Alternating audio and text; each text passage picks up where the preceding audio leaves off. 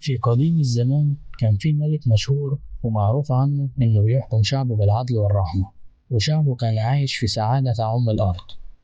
ولكن كان في حاجة واحدة شاغلة بال الملك ده، وهي إن في إمبراطورية قوية جدا هدفها إنها تسيطر على أي مملكة مجاورة ليها. وقرر الإمبراطور إنه يحتل المملكة اللي كان بيحكمها الملك العادل، ويستولى على ثروتها ويستعبد شعبها. وبمجرد إن الأخبار دي وصلت للملك العادل، بدأ هو كمان إنه يجهز جيشه ويدربهم على أعلى مستوى وينمي من القوة والمهارة عندهم. الملك العادل كان عارف إن المعركة دي هتكون شرسة، وإنه لازم يحمي شعبه بكل قوته. وبدأت المعركة.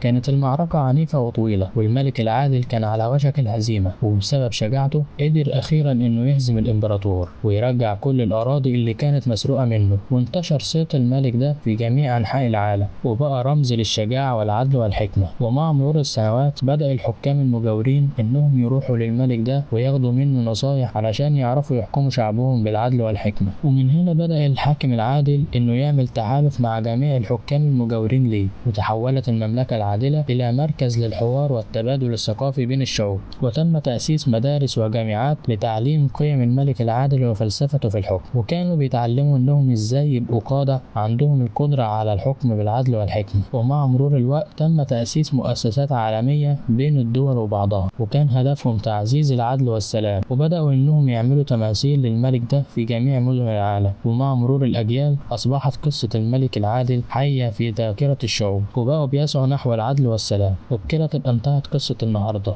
لو عجبك الفيديو انزل اعمل لايك، وما تنساش تشترك في القناة علشان يوصلك فيديوهاتنا أول بأول. وشكرا للمشاهدة، وفي أمان الله.